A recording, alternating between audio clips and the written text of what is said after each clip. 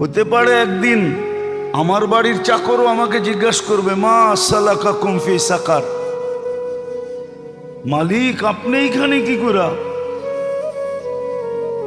তো ওই দিন মালিক জবাব দিতে বাধ্য হবে, লাম নাকু মিনাল মুসাল্লিন ওয়া লাম নাকু নুতঈমুল মিসকিন।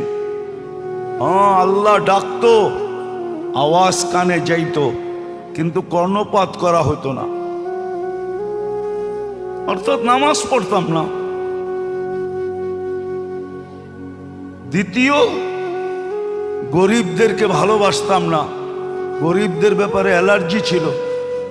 ওয়ালাম নাকু নুতঈমুল মিসকিন, এখানে শুধু গরিব না, অধীনস্থের ব্যাপারে আমি সদয় ছিলাম না। এই জন্য আল্লাহ রসুলের সর্বশেষ চিৎকার ছিল দুটা, আসসালা ওয়া মা মালাকাত আইমানুকুম, অধীনস্থদের ব্যাপারে সতর্ক থাকো।